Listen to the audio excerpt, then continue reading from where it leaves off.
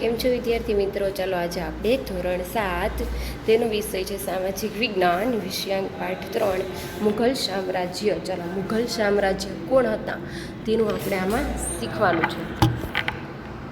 મુઘલ સામ્રાજ્ય કે તેની સ્થાપના ક્યાં થઈ હતી, તે શું શાસક હતું, એમાં આપણે કરવાનું છે, સમજવાનું છે. તમે તાજમહેલ જોયો હશે, દિલ્હીનો લાલ કિલ્લો, ફતેહપુર સિકરીનો બુલંદ દરવાજો, આ બધા સ્થાપત્યો મુઘલ શાસકોએ બંધાવ્યા હતા. આપણે દિલ્હીનો લાલ કિલ્લો અને તાજમહેલ તો તમે બધા પણ જોયો હશે. એ કોને બનાવ્યા છે? તો કે મુઘલ શાસકોએ.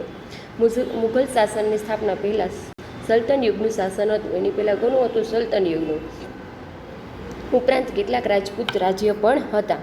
ચલો, મુઘલ સલ્તાનની સ્થાપના. તો એની સ્થાપના ક્યારે થઈ હતી? તો કે ભારતમાં મુઘલ સામ્રાજ્યની સ્થાપના ઈસવીસન 1526માં બાબરે કરી હતી. તેનું મૂળ નામ ઝહીરુદ્દીન મુહમ્મદ બાબર હતું અને બાબર અને ઇબ્રાહિમ લોદી વચ્ચે પાણીપતનું યુદ્ધ થયું હતું. કોનું યુદ્ધ થયું હતું? તો કે પાણીપતનું યુદ્ધ થયું હતું.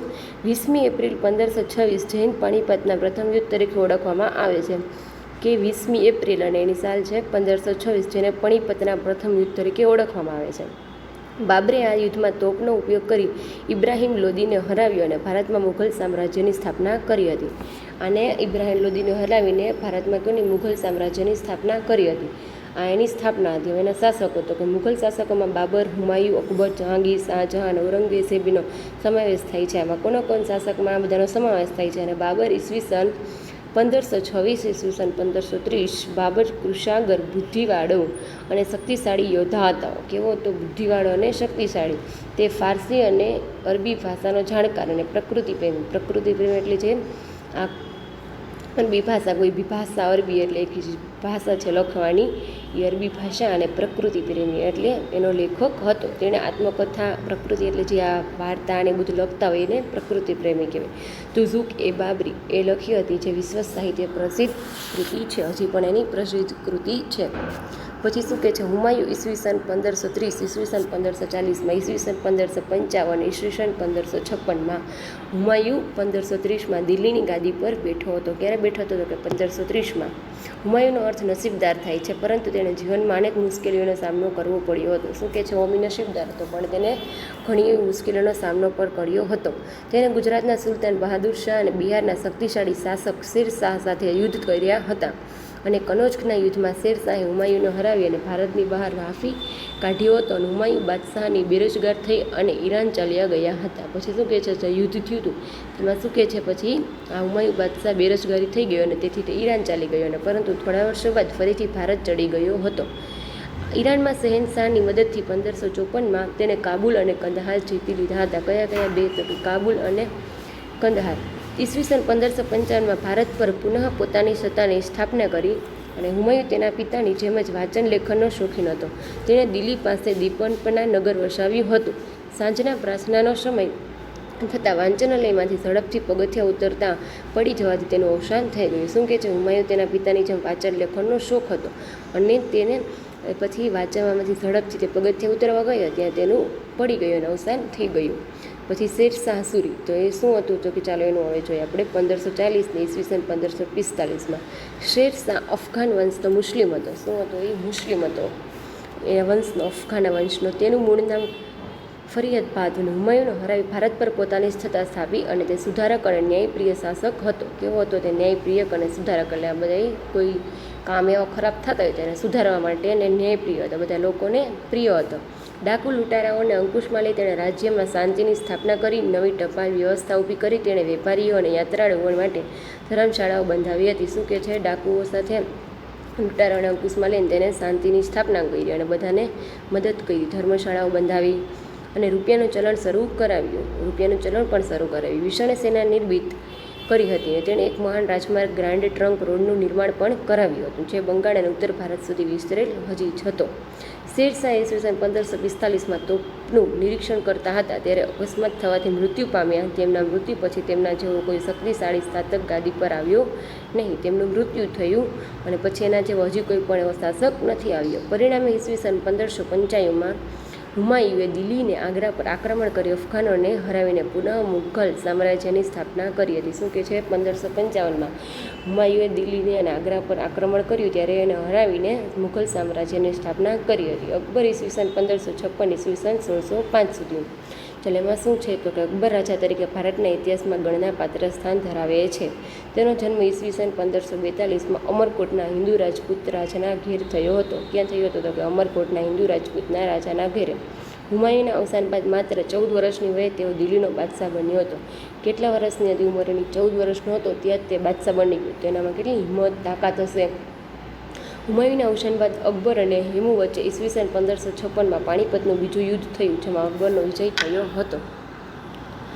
અકબરે પંજાબથી બંગાળ અને દિલ્હીથી ગુજરાત સુધીના મોટા ભાગ પર રાજ્ય સ્થાપિત કર્યું હતું. શું કર્યું હતું? ગુજરાત સુધીના મોટા ભાગનું રાજ્ય સ્થાપિત કર્યું હતું. અકબર અને મેવાડના રાણા પ્રતાપ વચ્ચે બહુ જ જાણીતું હલ્દી ઘાટીનું યુદ્ધ થયું હતું. કેવું? બહુ જ જાણીતું, બધાને આમ ઓળખાય એવું અને બધાએ જોયું હોય એવું મોટું યુદ્ધ થયું હતું. અકબરે કાબુલ, કાશ્મીર, બલુચિસ્તાનથી દક્ષિણમાં અહેમદનગર સુધી પોતાના વિજય યાત્રા કરીને વિશાળ સામ્રાજ્યનું સર્જન કર્યું હતું. અકબરે ફતેહપુર સ્ક્રીનીને પોતાની રાજધાની બનાવી અને એક ભવનનું નિર્માણ કરાવ્યું હતું.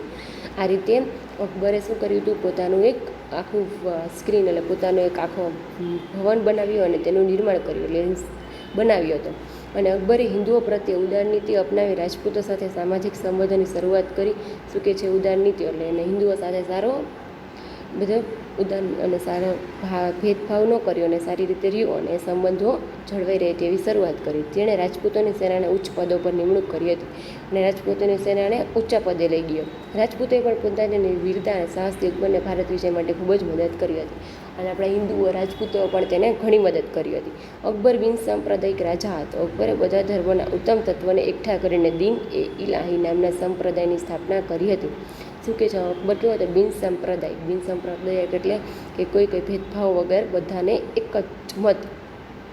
એ રીતે તેને કઈ દીન ઇલાહી એની નામની સંપ્રદાયની સ્થાપના કરી હતી. એટલે જે આખો દિવસમાં જે બધા કરતા હોય કામ એની એક સ્થાપના કરી હતી. તેણે રામાયણ, મહાભારત, અર્થવેદ, પંચતંત્ર, બાઇબલ, કુરાન જેવા મહાન ગ્રંથોનો અનુવાદ ફારસીમાં કરાવ્યો હતો. તેણે આ બધો શું તેનામાં મુસલમાનમાં પણ તેનો આ બધો ફારસીમાં કરાવ્યો હતો અનુવાદ. અકબર સમાજ સુધારક પણ હતો. શું કે છે? અકબર સમાજમાં કોઈની સેવા કરવા માટે પણ તે અચૂક હતો. તેણે બાળ લગ્ન, સતી પ્રથાનો વિરોધ કર્યો હતો. જે પહેલાં શું કરતા? નાનપણમાં લગ્ન કરી નાખતા, તેનો પણ તેને વિરોધ કર્યો હતો. તેણે યાત્રાવેરો નાબૂદ કર્યો હતો. તો બળજીપૂર્વક ધર્મ તરફ પ્રતિબંધ મૂક્યો હતો. અને શું કહે છે? તેને યાત્રાવેરો જે પૈસા ભરવા પડે બધા વેરો પણ તેને નાબૂદ કરાવ્યા હતા. અકબરના સમયનું ભારત આર્થિક રીતે સમૃદ્ધ હતું. તેણે સામાજિક સહિષ્ણુતાના યુગનો પ્રારંભ કર્યો અને ઈસવીસન 1605 તેનું અવસાન થયું ત્યારે મોટા ભાગનું ભારત મુઘલ સામ્રાજ્ય સમાવિષ્ટ હતું. શું કે છે? અકબરના સમયનું ભારત હતું. જ્યારે અકબર ભારતમાં આવ્યો ત્યારે શું કે છે? તેનું આર્થિક સમૃદ્ધ હતું અને તેણે 1605માં તેનું અવસાન થયું અને ત્યારે મોટાભાગનું ભારત મુઘલ સામ્રાજ્યમાં સમાવિષ્ટ થઈ ગયું હતું. પછી છે જહાંગીર ઈસવીસન 1605 ને ઈસવીસન 1627માં જ્યારે અકબરે સ્થાપાયેલા મહાન સામ્રાજ્યને સાચવવાનો વારસો જહાંગીરને મળ્યો. શું કે છે? જ્યારે અકબરે જે સ્થાપેલા હતા મહાન જે બધા સામ્રાજ્યો તેને સાચવવાનો વારસો કોને મળ્યો? જહાંગીરને, જેનું મૃત્યુ થઈ ગયું ત્યારબાદ. તેણે અકબરની નીતિઓને ચાલુ રાખી હિન્દુઓ સાથે સારા સંબંધો સ્થાપિત કર્યા. શું કે છે? અકબરની નીતિઓને ચાલુ રાખીને આપણા હિન્દુઓ લોકો સાથે સંબંધિત સારા રાખ્યા. તેણે અસમ અને દક્ષિણ ભારતના ગોલકોંડા સુધી વિજય મેળવ્યા હતા. શું કે છે? અકબર અસમ અને દક્ષિણ ભારતના ગોલકોંડા સુધી એટલે અંત સુધી તેણે તેનો વિજય મેળવ્યો અને તેની પત્ની નૂરજહાં ચતુર અને પ્રતિભાશાળી હતી. તેણે અસમ અને દક્ષિણ ભારતના ગોલકોંડા સુધી વિજય મેળવ્યો અને તેની પત્ની નૂરજહાં ચતુર અને પ્રતિભાશાળી હતી. તેણે અનેક કલાઓને પ્રોત્સાહન આપ્યું અને શું કે છે? તેની પત્ની બહુ ચતુર અને ચાલાક હતી. તેણે પ્રતિભાશાળી હતી અને કલાઓમાં પ્રોત્સાહન, બધી કળાઓ પણ તેને આવડતી હતી. જહાંગીરના સમયમાં ચિત્રકલાનો ખૂબ જ વિકાસ થયો હતો. જહાંગીર જ્યારે આવ્યો ત્યારે શું કહે છે? ચિત્રકલાનો ખૂબ જ વિકાસ થયો હતો. તે પોતે પણ મહાન ચિત્રકાર હતો અને જહાંગીરનું અવસાન થયું. તેનો પુત્ર શાહજહાં ગાદી પર આવ્યો. તેને શું હતો? વધારે ચિત્રનો બહુ જ શોખ હતો, ચિત્રકાર હતો, ચિત્રકળામાં. અને તે જહાંગીરનું 1627માં અવસાન થતાં તેનો પુત્ર ગાદી પર શાહજહાં આવી ગયો. શાહજહાં એના પુત્ર ઈસવીસન 1627 ઈસવીસન 1658માં શાહજહાંનું હુલામણું નામ ખુરમ હતું. શું હતું તેનું હુલામણું નામ? એટલે બીજું નામ એનું ખુરમ હતું. તેણે દક્ષિણ ભારતનો વિજય કર્યો હતો. તેના પિતા જેટલો જ શક્તિશાળી અને કલા સ્થાપત્યનો ચાહક હતો. શું એના પિતા જેવો તે શક્તિશાળી અને કલા સ્થાપત્ય, એટલે તેને પણ ચિત્ર અલગ અલગ કળા કરવાનો પણ શોખ હતો. તેની પત્ની મુમતાજ મહલના, તેની પત્નીનું નામ હતું મુમતાજ. તેને અવસાન પછી યાદમાં વિશ્વ પ્રસિદ્ધ તાજમહાલનું નિર્માણ કર્યું હતું અને તાજમહાલ દુનિયાની અજાયબી ગણાય છે. આ શાહજહાંએ જે આપણે દિલ્હીમાં જોયો તાજમહાલ આવેલો છે, તેને અવસાનની યાદમાં, અવસાન થઈ ગયું તેની યાદમાં તેને આજે તેનું નિર્માણ કરેલું છે અને હજી દુનિયાની અજાયબી ગણાય છે. પછી છે કે ઔરંગઝેબ, એનો ઈસવીસન 1658 ઈસવીસન 1707માં શાહજહાંની નાંદુરસ્ત તબિયતનો લાભ લઈ તેના પુત્રો વચ્ચે સામ્રાજ્ય પર અધિપત્ય જમાવવા ભયંકર આંતરવિગ્રહ શરૂ થયો હતો. શું કહે છે? શાહજહાંની તબિયતનો લાભ લઈને તેના બેના પુત્રો વચ્ચે સામ્રાજ્ય પર ભાગ લેવા માટે તેના પુત્રોને શું કહે છે? ભયંકર આંતરવિગ્રહ શરૂ કરાવ્યો, એટલે લડાઈ ઝઘડા શરૂ કરાવ્યા. અને શાહજહાંના મોટા પુત્ર દરાશિહોક અને ઔરંગઝેબ વચ્ચે મુખ્ય સંઘર્ષ થયો. સંઘર્ષ એટલે બે વચ્ચે બહુ લડાઈ ઝઘડી થઈ અને રાજ્ય માટે બંને યુદ્ધ કરવા પણ તૈયાર હતા. અને ઔરંગઝેબે પોતાના ત્રણેય ભાઈઓને એક પછી એક હરાવી તેમની હત્યા કરીને જેલમાં ધકેલી દઈને દરાની હત્યા અને મુરાદને જેલની સજા, ગાદી પચાવી પાડી. અન્ય એક ભાઈ સુજારને હરાવી દેશ નિકાલ કર્યો. શું કહે છે? પછી આ લડાઈમાં તેને એકબીજાને હરાવીને દેશમાંથી બહાર કાઢ્યા. ઔરંગઝેબે લગભગ 50 વર્ષ સુધી રાજ્ય કર્યું. તેના રાજ્યમાં ઉત્તર કાશ્મીરથી લઈને દક્ષિણ ઝીંઝી અને પૂર્વના ચણગાવથી પશ્ચિમના હિન્દુકુશ પર્વતમાળાનો વિસ્તાર સમાવિષ્ટ થતો હતો. ક્યાં સુધીનો હતો? કે ઉત્તર કાશ્મીર લઈને દક્ષિણ ચીન સુધીનો જેનો સમાવેશ થતો હતો પર્વતમાળાનો. ઔરંગઝેબે સુન્ની મુસ્લિમ હતો. કેવો હતો? કોઈ મુસ્લિમ હતો અને અત્યંત સાદું જીવન જીવતો હતો. તે એકદમ સાદું જીવન જીવતો હતો. રાજા હતો પણ એકદમ સાદું જીવન જીવતો હતો. તેણે અકબરની ધાર્મિક નીતિનો ત્યાગ કરીને ધાર્મિક અહિંસણતા દાખવી હતી. શું કહે છે? અને તે સંગીત કલા, મૂર્તિ પૂજા અને ધાર્મિક ઉત્સવનો વિરોધી હતો. તેના સમયમાં ઘણા બધા વિદ્રોહો થયા. તે એક શક્તિશાળી બાદશાહ હતો જેણે લાંબા સમય સુધી ભારતના મોટા ભાગ પર શાસન કર્યું હતું. અને ઈસવીસન 1707માં તેનું મૃત્યુ થયું. અને તેના મૃત્યુ બાદ નિર્મળ શાસકો ગાદી પર આવતા મુઘલ સામ્રાજ્યના પતનનો આરંભ થયો હતો. આ રીતે શું કહે છે? 1707માં તેમનું મૃત્યુ થયું અને આ રીતે મુઘલ સામ્રાજ્યના પતનનો આરંભ થયો હતો. પછી છે કે રાણા સંગ્રામસિંહ. ચલો, રાણા સંગ્રામસિંહ બાબરના સમકાલીન મેવાડના રાણા સંગ્રામસિંહ રાણા સાંગા તરીકે પણ ઓળખાતા હતા. અને તેઓ વીર અને સાહસિક હતા. વીર અને સાહસિક, એકદમ નીડર હતા, ડરતા ન અને યુદ્ધોમાં વિજયી બન્યા હતા. જોકે બાબર સામેના ખાનવામાં યુદ્ધોમાં તેમની હાર થઈ અને તેમનું સામ્રાજ્ય નહીવત થઈ ગયું. એટલે તેમનું સામ્રાજ્ય એમાં યુદ્ધોમાં તેનું હરાઈ ગયું હતું. મહારાણા પ્રતાપ. મુઘલ સામ્રાજ્યમાં અકબરની સામે મેદાનો પડનાર મહારાણા પ્રતાપ મેવાડની પ્રતાપી રાજવી હતા. શું હતા? એ મેવાડના પ્રતાપી રાજા હતા. અકબરે મેવાડ પર આક્રમણ કરતા બંને વચ્ચે હલ્દીઘાટીનું યુદ્ધ થયું હતું અને અકબર વિજયી થયા. પરંતુ રાણા પ્રતાપ ઉદયપુરની આસપાસના વિસ્તારોમાં પોતાની સત્તા સ્થાપી અને સંઘર્ષ ચાલુ જ રહ્યો. બંને વચ્ચે સમજૂતીના અને અનેક પ્રયત્નો થયા પરંતુ રાણા ચિત્તોડ છોડવા તૈયાર હતા નહીં. એને શું કે છે? આ રાજ્ય છોડવું તૈયાર નહોતું. બે વચ્ચે યુદ્ધો પણ ઘણા એવા થયા હતા. તેમણે છાપામારા યુદ્ધો ચાલુ રાખ્યું હતું. ઈસવીસન 1576ના હલ્દીઘાટીના પરાજય બાદ રાણા પ્રતાપે ગોંગડુમાં રાજધાની લઈ ગયા એ જીવનમાં અંત સુધી યુદ્ધ કરતા રહ્યા હતા. જ્યાં સુધી તેમને તે રાજ્ય ન મળી ત્યાં સુધી તેમણે અંત સુધી 1576ના ત્યાં સુધી યુદ્ધ કર્યા હતા. અને બાદમાં ડુંગરપુરના ચાવડામાં પોતાની રાજધાની સ્થાપી અને 51 વર્ષની વયે તેમનું અવસાન થયું હતું. આ રીતે રાણા પ્રતાપે જ્યાં સુધી તેનું રાજધાની સ્થાપીને ત્યાં સુધી તેમણે યુદ્ધો કર્યા અને એમનું તોય અંતે તો 51 વર્ષની વયે તેમનું નાની ઉંમરમાં જ મૃત્યુ થઈ ગયું. વીર દુર્ગાદાસ રાઠોડ. દુર્ગાદાસ રાઠોડ મારવાડના શાસક જસવંતસિંહની મંત્રી અશ્કરણ રાઠોડના પુત્ર હતા. કોણ હતા તે? જસવંતસિંહના અશ્કરણ એટલે એકદમ અંગત તેના પુત્ર હતા. તેમની તુલના રાણા પ્રતાપ સાથે કરવામાં આવી હતી. ઔરંગઝેબના સમયમાં તેમણે આધ્યપ સ્વીકાર્યું ન હતું. પછી છે છત્રપતિ શિવાજી. ભારતના મહાત્તમ રાજાઓ સ્થાન પામનાર છત્રપતિ શિવાજી મરાઠા સામ્રાજ્યના સ્થાપક હતા. તે કયા હતા? મરાઠના. ઈસવીસન 1627માં તેમનો જન્મ શિવનેરીમાં થયો હતો, મહારાષ્ટ્રમાં થયો હતો. માતા જીજાબાઈ અને પિતા શાહજીના સંતાન શિવાજીના જીવન પર તેમના સમર્થ ગુરુ સમર્થ અને રામદાસ અને દાદા કોડકદેવનો વ્યાપક પ્રભાવ હતો. તેમણે જાગીરમાંથી મહાન મરાઠા રાજ્યનો વિસ્તાર કરવા 40થી પણ વધારે કિલ્લા જીત્યા હતા. તેમણે આ 40થી વધારે કિલ્લા પણ જીત્યા હતા કારણ કે તેમના મરાઠા રાજ્યનો વિસ્તાર વધારવા માટે. અને તે એક મહારાઠા હતા અને તે પણ કેવા હતા? નીડર અને એક સાહસિક હતા. મુઘલ બાદશાહ ઔરંગઝેબ અને બીજાપુર સાથે તેમણે લાંબો સમય સંઘર્ષ કરી વિજયો પ્રાપ્ત કર્યા હતા. અને ઈસવીસન 1665માં મુઘલ સમ્રાટ સાથે તેમની હાર થતાં તેમની સાથે સંધિ કરી હતી. ઔરંગઝેબે તેમના જેલમાં પણ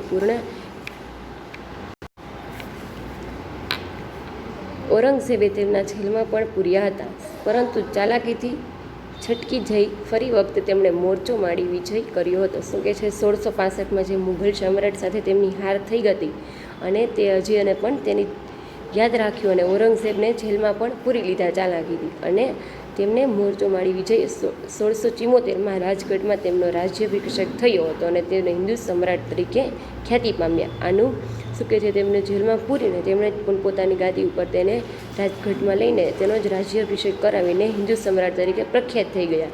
તેઓ મહાન વિજેતા હોવા ઉપરાંત કુશળ વહીવટ કરતા અને સંગઠન કરતા.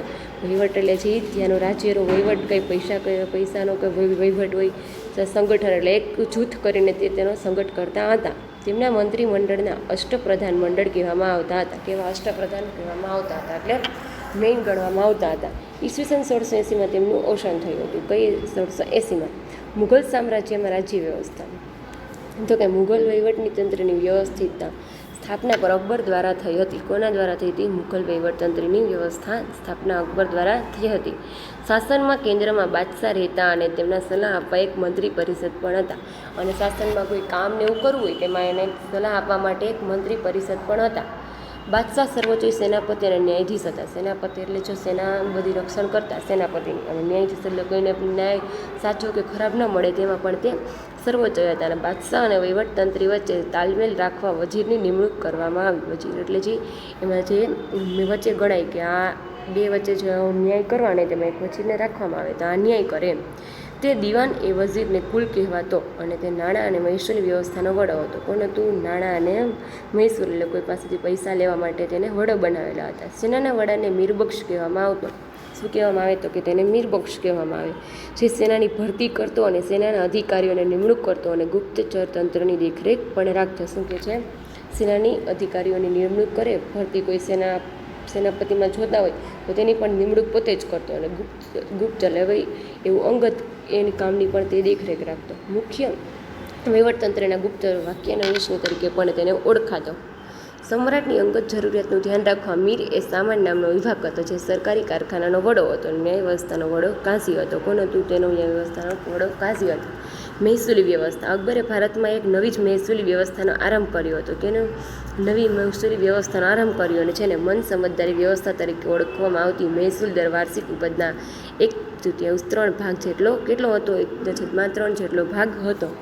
અકબરની મહેસૂલી વ્યવસ્થાનો સ્થાપક ડોડરમલ હતો. કોણ હતું? ડોડરમલ હતો. તે મહેસૂલી બધા જે પૈસા લેવા માટેનું વ્યવસ્થાનો તેને ભાગ આપેલો હતો. મનસબદારી પદ્ધતિ, સેના એ મહેસૂલ એમ બંને સાથે સંકળાયેલી હતી.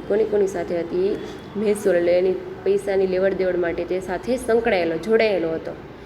મનસબ એટલે જાગીર અને મનસબદાર એટલે જાગીરનો વડો. ચાલો આપણને આમાં આપેલું હતું મનસબદાર એનું શું થાય? તો મનસબ એટલે જાગીર એટલે તેનો હયાત અને મનસબદારમાં જાગીરનો શું કહે છે? વડો એનો ઉપપ્રમુખ ગણાતો હતો, જે જાગીરમાંથી મહેસૂલ ઉઘરાવતો અને વિસ્તારનો કાયદો અને વ્યવસ્થા જાળવતો હતો. અને જે વિસ્તારમાં જેને ત્યાં રાખેલો હતો તેની વ્યવસ્થા બધી તે જાળવી રાખતો. આ માટે તેને જાગીર પ્રમાણે લશ્કર આપવામાં આવ્યું હતું. લશ્કર એટલે આખું એક ટોળું આપવામાં આવ્યું હતું. તેના વિસ્તારનો વડો ન્યાયાધીશ પણ ગણાતો. તેની નિયત સમયે બદલી કરવામાં આવતા. મુઘલ મનસાબદરની વ્યવસ્થા વિશ્વમાં અનોખી હતી. અનોખી એટલે અલગ જાતની એની વ્યવસ્થા બધી અલગ હતી અને વિશ્વમાં સૌથી વધારે તે વેતન ધરાવતો હતો. મુઘલકાલીન સંસ્કૃતિ. મુઘલ યુગમાં ભારતીય સંસ્કૃતિની બહુમુખીનો વિકાસ થયો હતો. હિન્દુ અને મુસ્લિમ સંસ્કૃતિનો સમન્વય થયો હતો.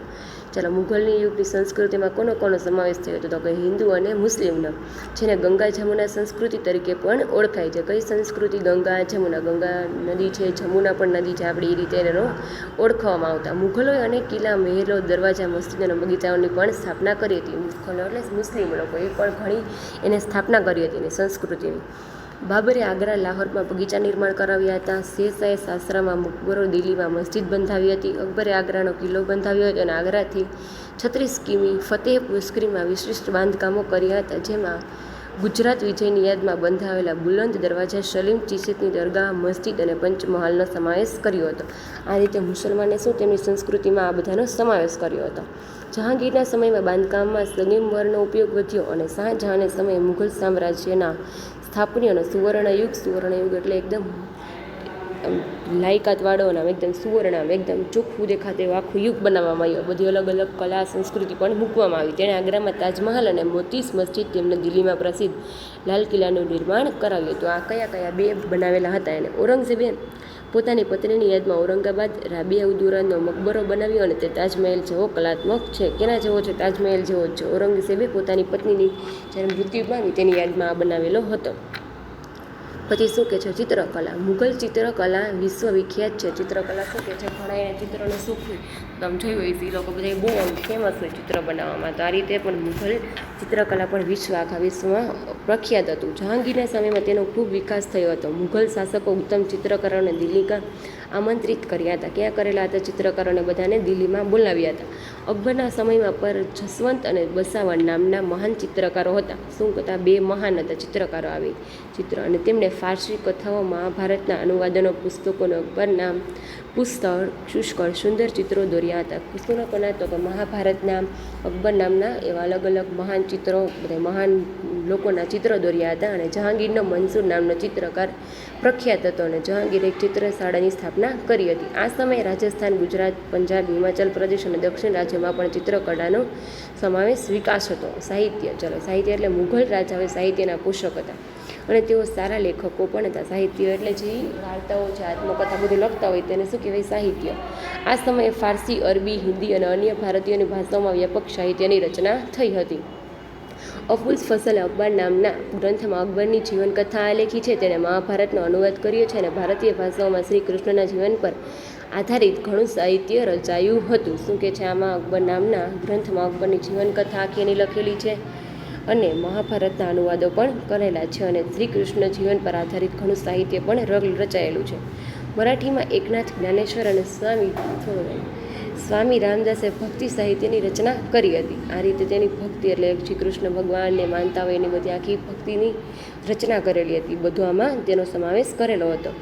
સંગીત. તો કે સંગીત. અકબર સંગીતનો જ્ઞાન હતો. તેમના નવરત્નમાં તાનસેન મહાન શાસ્ત્રીય વિષક ગાયક હતો અને જેને અનેક રોગોની રચના કરી હતી. શું કે છે? અકબર સંગીતોના જ્ઞાતા હતા. કોણ હતા? તો કે નવરત્નમાં તાનસેન મહાન શાસ્ત્રીજી ગાયક હતા.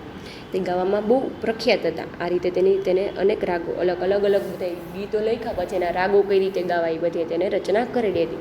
ચાલો પછી શું છે? સમાપન, એનો અંત. ઈસવીસન 1526માં સ્થાપાયેલા મુઘલ સામ્રાજ્ય ઈસવીસન 1707માં ઔરંગઝેબના મૃત્યુ બાદ પતન તરફ ધકેલાયું હતું. 1526માં જે સ્થપાયેલું હતું સામ્રાજ્ય એ ક્યાં? 1707માં ઔરંગઝેબને જ્યારે હાથમાં આવ્યું, આપણે આગળ જોયું, ત્યારે તેનું પતન થઈ ગયું અને કોઈ શક્તિશાળી શાસકના ભાવે ભારતમાં નાના નાના રાજ્યોમાં વેચાઈ ગયું. કોઈ એવા શક્તિશાળી ન આવેલા એટલે ભારતમાં નાના નાના રાજ્યોમાં તે વેચાઈ ગયું. અને જે મુઘલ વંશના નિર્બળ શાસકો હૈદરાબાદના નિઝામ, બંગાળ, બિહારના નવાબ, રાજસ્થાનના રાજપૂતો રાજ્યોમાં મરાઠા, પંજાબનું શીખ રાજ્ય વગેરેનો સમાવેશ થાય છે. આ રીતે બધા અલગ અલગ રાજ્યોનો બધા એમાં સમાવેશ થઈ ગયો અને બધા રાજ્યો એકબીજા સાથે ઝઘડતા રહ્યા અને પરિણામે તેઓ નિર્બળ બનતા રહ્યા. અને આવા સંજોગોમાં યુરોપમાંથી વેપાર કરવા આવેલા કંપનીઓ ભારતમાં શાસન સ્થાપવાનો સપનો સેવવા લાગી. અને આ રીતે આપણા ભારતમાં યુરોપની બધી પ્રજાઓ વેપાર કરવા માટેના સપનો બધાના સાકાર પણ ન થયા અને સ્વપ્ન બધાના જોવા લાગ્યા. અને આ રીતે આપણો પાઠ અહીંયા પૂરો થાય છે અને તમારે આમાંથી પ્રશ્ન બનાવીને સમજવાના છે અને લખવાના છે અને પાઠને પણ સમજવાનો છે. Thank you.